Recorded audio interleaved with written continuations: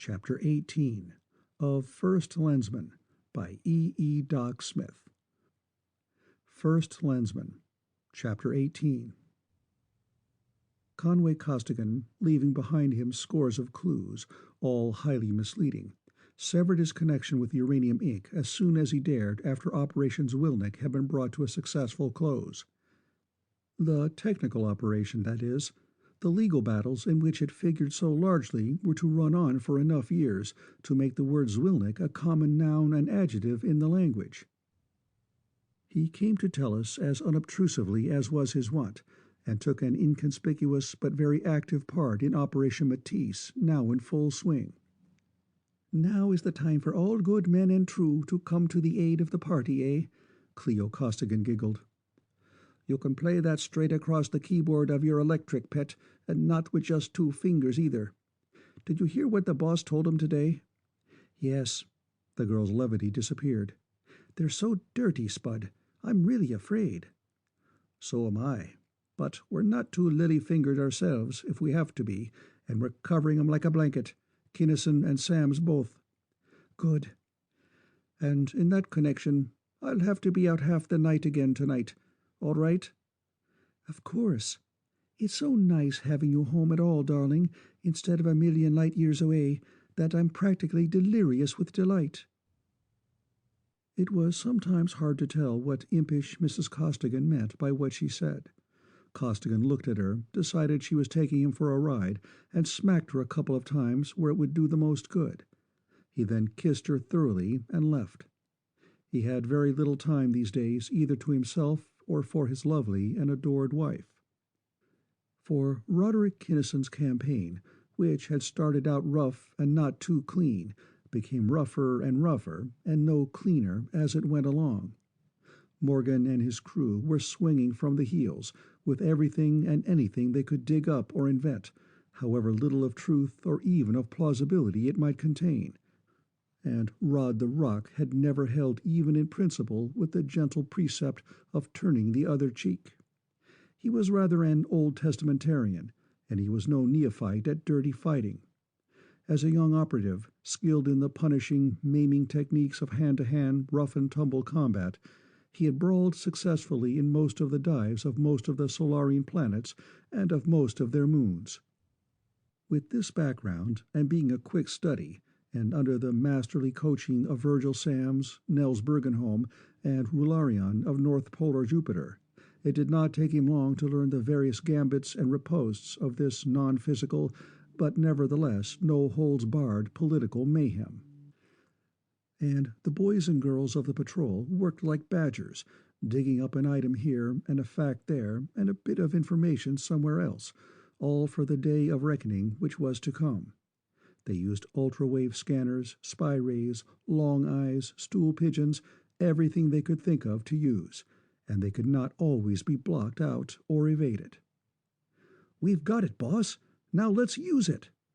"No, save it. Nail it down solid. Get the facts, names, dates, places, and amounts. Prove it first, then save it." Prove it, save it. The joint injunction was used so often that it came to be a slogan and was accepted as such. Unlike most slogans, however, it was carefully and diligently put to use. The operatives proved it and saved it, over and over again. By dint of what unsparing effort and selfless devotion only they themselves ever fully knew. Kinnison stumped the continent. He visited every state, all of the big cities, most of the towns, and many villages and hamlets, and always, wherever he went, a part of the show was to demonstrate to his audiences how the lens worked. Look at me. You know that no 2 individuals are or ever can be alike. Robert Johnson is not like Fred Smith. Joe Jones is entirely different from John Brown. Look at me again. Concentrate upon whatever it is in your mind that makes me Roderick Kinnison, the individual. That will enable each of you to get into as close touch with me as though our 2 minds were one. I am not talking now. You are reading my mind. Since you are reading my very mind, you know exactly what I am really thinking, for better or for worse. It is impossible for my mind to lie to yours, since I can change neither the basic pattern of my personality nor my basic way of thought, nor would I if I could. Being in my mind, you know that already. You know what my basic quality is. My friends call it strength and courage. Pirate Chief Morgan and his cutthroat crew call it many other things. Be that as it may, you now know whether or not you want me for your president. I can do nothing whatever to sway your opinion, for what your minds have perceived you know to be the truth. That is the way the lens works. It bears the depths of my mind to yours, and in return enables me to understand your thoughts. But it is in no sense hypnotism, as Morgan is so foolishly trying to make you believe. Morgan knows as well as the rest of us do that even the most accomplished hypnotist, with all his apparatus, cannot affect a strong and definitely opposed will. He is therefore saying that each and every one of you now receiving this thought is such a spineless weakling that, but you may draw your own conclusions. In closing, remember, nail this fact down so solidly that you will never forget it. A sound and healthy mind cannot lie. The mouth can and does. So does the typewriter. But the mind never. I can hide my thoughts from you even while we are on rapport like this, but I cannot lie to you. That is why, some day, all of your highest executives will have to be lensmen, and not politicians, diplomats, crooks, and boodlers. I thank you. As that long, bitter, incredibly vicious campaign neared its vitriolic end, tension mounted higher and ever higher. And in a room in the Samms home, 3 young lensmen and a red-haired girl were not at ease. All 4 were lean and drawn. Jack Kinnison was talking. Not the party so much, but Dad. He started out with bare fists, and now he's wading into 'em with spiked brass knuckles. You can play that across the board, Costigan agreed. He's really giving 'em hell, Northrop said admiringly. Did you boys listen in on his Casper speech last night? They hadn't. They had been too busy. I could give it to you on your lenses, but I couldn't reproduce the tone, the exquisite way he lifted large pieces of hide and rubbed salt into the raw places. When he gets excited, you know he can't help but use his voice, too, so I got some of it on a record. He starts out on voice, nice and easy, as usual, then goes on to his lens without talking, then starts yelling as well as thinking. Listen. You ought to have a lensman president. You may not believe that any lensman is, and as a matter of fact must be, incorruptible. That is my belief, as you can feel for yourselves, but I cannot prove it to you. Only time can do that. It is a self-evident fact, however, which you can feel for yourselves, that a lensman president could not lie to you except by word of mouth or in writing. You could demand from him at any time a lensed statement upon any subject. Upon some matters of state he could and should refuse to answer, but not upon any question involving moral turpitude. If he answered, you would know the truth. If he refused to answer, you would know why and could initiate impeachment proceedings then and there. In the past, there have been presidents who used that high office for low purposes, whose very memory reeks of malfeasance and corruption. One was impeached, others should have been. Witherspoon never should have been elected. Witherspoon should have been impeached the day after he was inaugurated. Witherspoon should be impeached now. We know, and at the grand rally at New York Spaceport 3 weeks from tonight we are going to prove that Witherspoon is simply a minor cogwheel in the Morgantown-Isaacson machine, playing footsie at command with whatever group happens to be the highest bidder at the moment, irrespective of North America's or the system's good. Witherspoon is a gangster, a cheat, and a goddamn liar. But he is of very little actual importance, merely a boodling nincompoop. Morgan is the real boss and the real menace, the operating engineer of the lowest down, lousiest, filthiest, rottenest, most corrupt machine of murderers, extortionists, bribe-takers, panderers, perjurers, and other pimples on the body politic that has ever disgraced any so-called civilized government. Good night." "Wow," Jack Kinnison yelped. "That's high even for him." "Just a minute, Jack," Jill cautioned. "The other side, too. Listen to this choice bit from Senator Morgan." "It is not exactly hypnotism, but something infinitely worse. Something that steals away your very minds, that makes anyone listening believe that white is yellow, red purple, or pea green. Until our scientists have checked this menace, until we have every wear of that cursed lens behind steel bars, I advise you in all earnestness not to listen to them at all. If you do listen, your minds will surely be insidiously decomposed and broken. You will surely end your days gibbering in a padded cell. And murders? Murders! The feeble remnants of the gangs which our government has all but wiped out may perhaps commit a murder or so per year, the perpetrators of which are caught, tried, and punished. But how many of your sons and daughters has Roderick Kinnison murdered, either personally or through his uniformed slaves? Think, read the record, then make him explain if he can, but do not listen to his lying, mind-destroying lens. Democracy? Bah!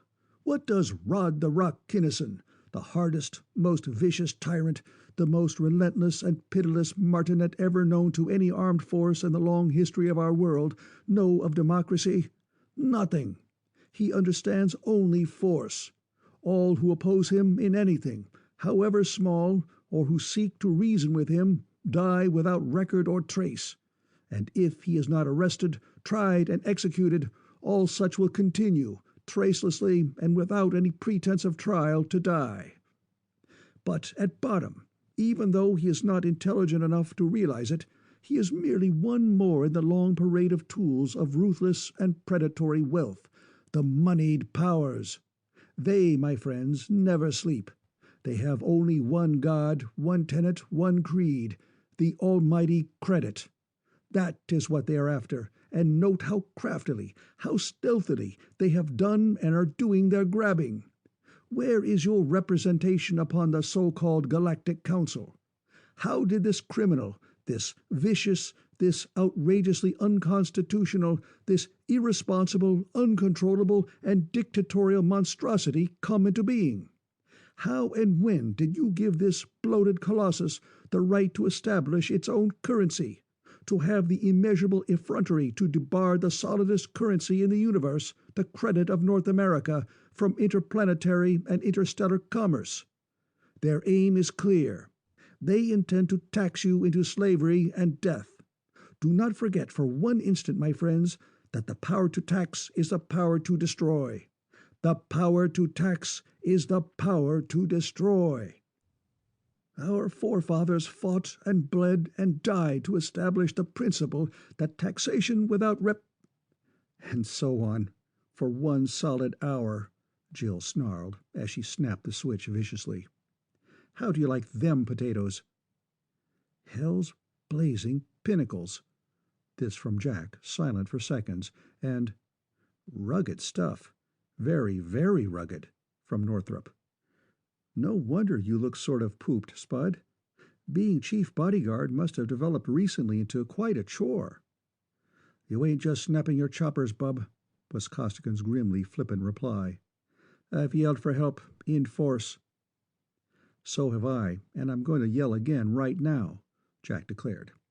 I don't know whether Dad is going to kill Morgan or not, and don't give a damn, but if Morgan isn't going all out to kill Dad, it's because they've forgotten how to make bombs. He lensed a call to Bergenholm. Yes, Jack? I will refer you to Rolarian, who has had this matter under consideration. Yes, John Kinnison, I have considered the matter and have taken action. The Jovian's calmly assured thought rolled into the minds of all, even lensless Jills.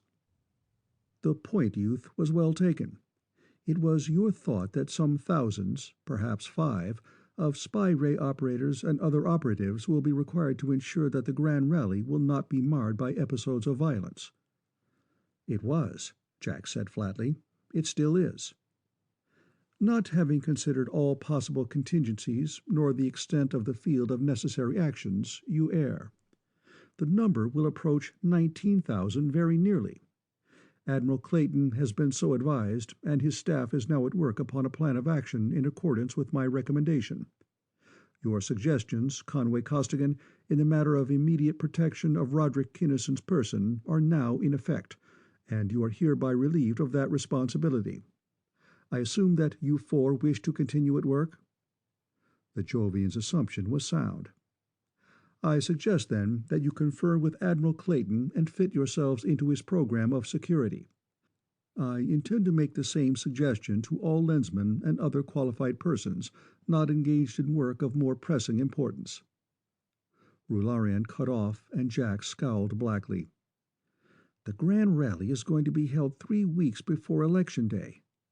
I still don't like it. I'd save it until the night before election, knock their teeth out with it at the last possible minute." "You're wrong, Jack. The chief is right," Costigan argued. "2 ways. 1, we can't play that kind of ball. 2, this gives them just enough rope to hang themselves." "Well, maybe."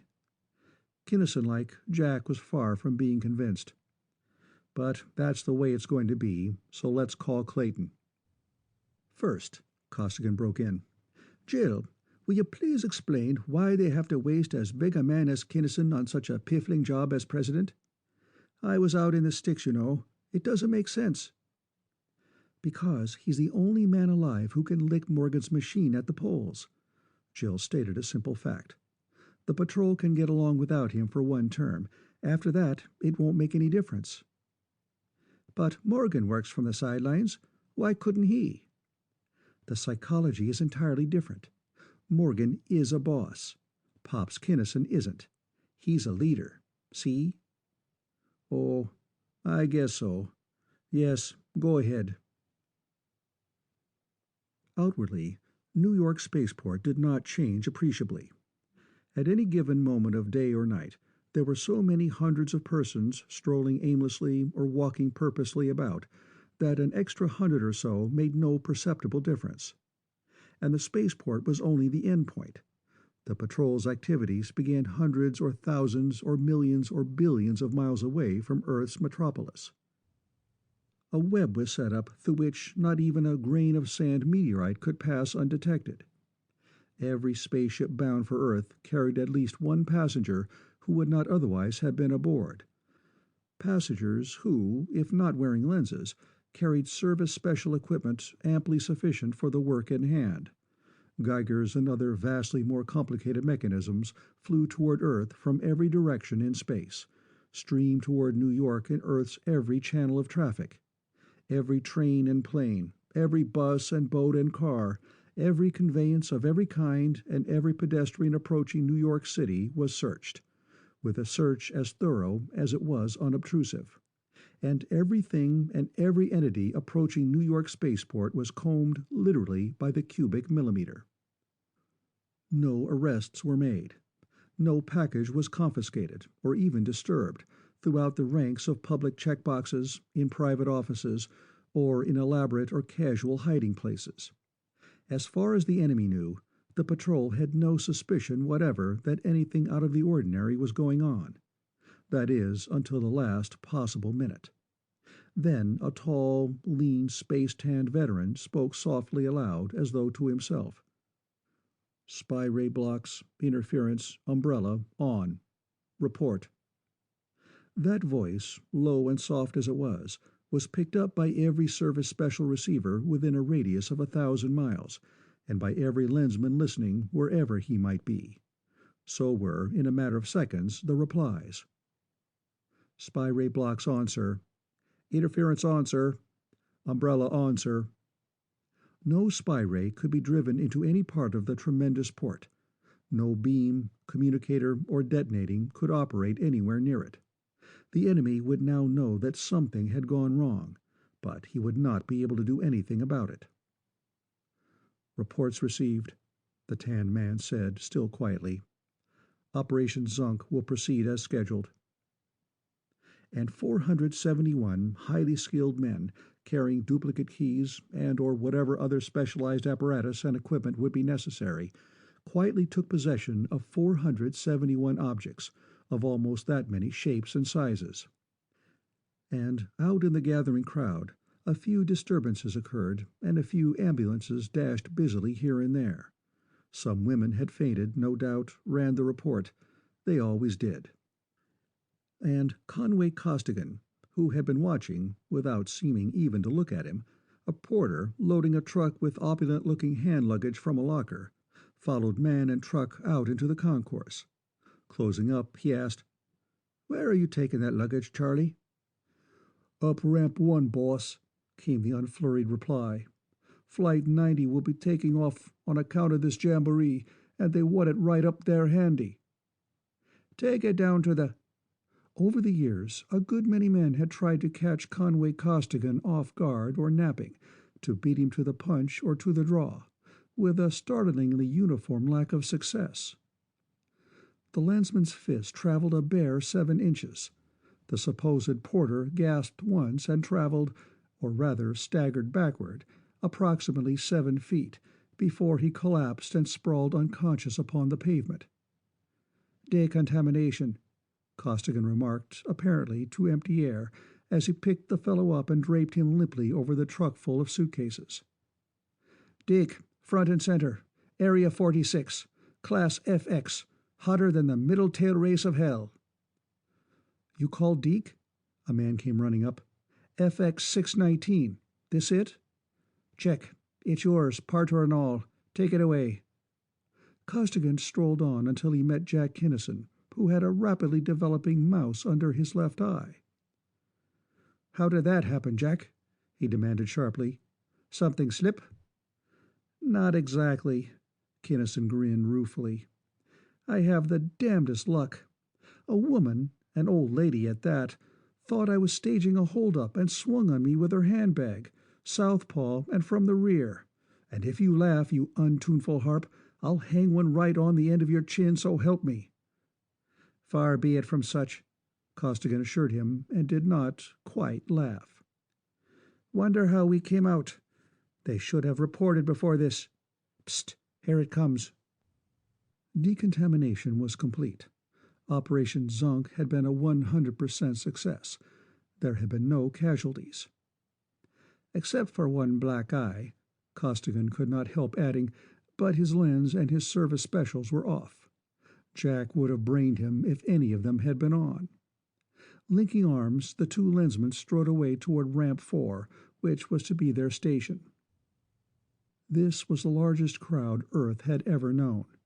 Everybody, particularly the nationalists, had wondered why this climactic political rally had been set for 3 full weeks ahead of the election, but their curiosity had not been satisfied. Furthermore, this meeting had been advertised as no previous one had ever been. Neither pains nor cash had been spared in giving it the greatest build-up ever known. Not only had every channel of communication been loaded for weeks, but also Sam's workers had been very busily engaged in starting rumors, which grew, as rumors do, into things which their own fathers and mothers could not recognize. And the baffled nationalists, trying to play the whole thing down, made matters worse. Interest spread from North America to the other continents, to the other planets, and to the other solar systems. Thus, to say that everybody was interested in and was listening to the Cosmocrats' grand rally would not be too serious an exaggeration. Roderick Kinnison stepped up to the battery of microphones. Certain screens were cut. "Fellow entities of civilization and others. While it may seem strange to broadcast a political rally to other continents and to beam it to other worlds, it was necessary in this case. The message to be given, while it will go into the political affairs of the North American continent of Tellus, will deal primarily with a far larger thing, a matter which will be of paramount importance to all intelligent beings of every inhabited world. You know how to attune your minds to mine. Do it now." He staggered mentally under the shock of encountering practically simultaneously so many minds, but rallied strongly and went on via lens. My first message is not to you, my fellow cosmocrats, nor to you, my fellow dwellers on Earth, nor even to you, my fellow adherents to civilization, but to the enemy. I do not mean my political opponents, the nationalists, who are almost all loyal fellow North Americans. I mean the entities who are using the leaders of that nationalist party as pawns in a vastly larger game. I know, enemy, that you are listening. I know that you had goon squads in this audience to kill me and my superior officer. Know now that they are impotent. I know that you had atomic bombs with which to obliterate this assemblage and this entire area. They have been disassembled and stored. I know that you had large supplies of radioactive dusts. They now lie in the patrol vaults near Weehawken. All the devices which you intended to employ are known, and all save one have been either nullified or confiscated. That one exception is your war fleet, a force sufficient in your opinion to wipe out all the armed forces of the Galactic Patrol. You intended to use it in case we cosmocrats win this forthcoming election. You may decide to use it now. Do so if you like. You can do nothing to interrupt or to affect this meeting. This is all I have to say to you, enemy of civilization. Now to you, my legitimate audience. I am not here to deliver the address promised you, but merely to introduce the real speaker, First Lensman Virgil Samms. A mental gasp, million strong, made itself tellingly felt. Yes, First Lensman Samms, of whom you all know. He has not been attending political meetings because we, his advisers, would not let him. Why?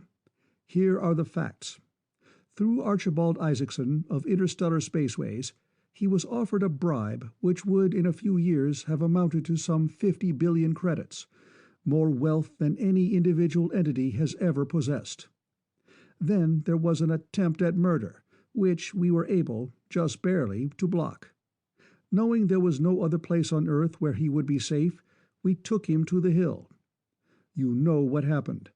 You know what condition the Hill is in now. This warfare was ascribed to pirates. This whole stupendous operation, however, was made in a vain attempt to kill one man, Virgil Samms. The enemy knew, and we learned, that Samms is the greatest man who has ever lived. His name will last as long as civilization endures, for it is he, and only he, who can make it possible for civilization to endure. Why was I not killed? Why was I allowed to keep on making campaign speeches?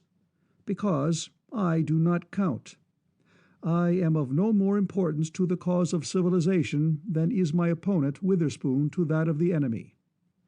I am a wheelhorse, a plugger. You all know me, Rocky Rod Kinnison, the hard-boiled egg. I've got guts enough to stand up and fight for what I know is right. I've got the guts and the inclination to stand up and slug it out toe-to-toe with man, beast, or devil. I would make and will make a good president. I've got the guts and inclination to keep on slugging after you elect me. Before God, I promise to smash down every machine-made crook who tries to hold any part of our government down in the reeking muck in which it now is. I am a plugger and a slugger, with no spark of the terrific flame of inspirational genius which makes Virgil Samms what he so uniquely is. My kind may be important, but I individually am not. There are so many of us. If they had killed me, another slugger would have taken my place, and the effect upon the job would have been nil. Virgil Samms, however, cannot be replaced, and the enemy knows it. He is unique in all history. No one else can do his job. If he is killed before the principles for which he is working are firmly established, civilization will collapse back into barbarism. It will not recover until another such mind comes into existence, the probability of which occurrence I will let you compute for yourselves. For those reasons, Virgil Samms is not here in person, nor is he in the hill, since the enemy may now possess weapons powerful enough to destroy not only that hitherto impregnable fortress, but also the whole Earth. And they would destroy Earth without a qualm, if in so doing they could kill the First Lensman. Therefore, Samms is now out in deep space. Our fleet is waiting to be attacked. If we win, the Galactic Patrol will go on. If we lose, we hope you shall have learned enough so that we will not have died uselessly." "Die? Why should you die? You are safe on Earth." "Ah, one of the goons sent that thought. If our fleet is defeated, no Lensman anywhere will live a week. The enemy will see to that. That is all from me. Stay tuned. Come in, First Lensman Virgil Samms. Take over, sir." It was psychologically impossible for Virgil Samms to use such language as Kinnison had just employed, nor was it either necessary or desirable that he should. The ground had been prepared. Therefore, coldly, impersonally, logically, tellingly, he told the whole terrific story. He revealed the most important things dug up by the Patrol's indefatigable investigators, reciting names, places, dates, transactions, and amounts. Only in the last couple of minutes did he warm up at all. Nor is this in any sense a smear campaign or a bringing of baseless charges to becloud the issue or to vilify without cause and upon the very eve of election a political opponent. These are facts. Formal charges are now being preferred. Every person mentioned, and many others, will be put under arrest as soon as possible. If any one of them were in any degree innocent, our case against him could be made to fall in less than the 3 weeks intervening before Election Day. That is why this meeting is being held at this time. Not one of them is innocent. Being guilty, and knowing that we can and will prove guilt, they will adopt a policy of delay and recrimination. Since our courts are, for the most part, just, the accused will be able to delay the trials and the actual presentation of evidence until after Election Day. Forewarned, however, you will know exactly why the trials will have been delayed, and in spite of the fog of misrepresentation, you will know where the truth lies. You will know how to cast your votes. You will vote for Roderick Kinnison and for those who support him. There is no need for me to enlarge upon the character of Port Admiral Kinnison. You know him as well as I do. Honest, incorruptible, fearless. You know that he will make the best president we have ever had. If you do not already know it, ask any one of the hundreds of thousands of strong, able, clear-thinking young men and women who have served under him in our armed forces.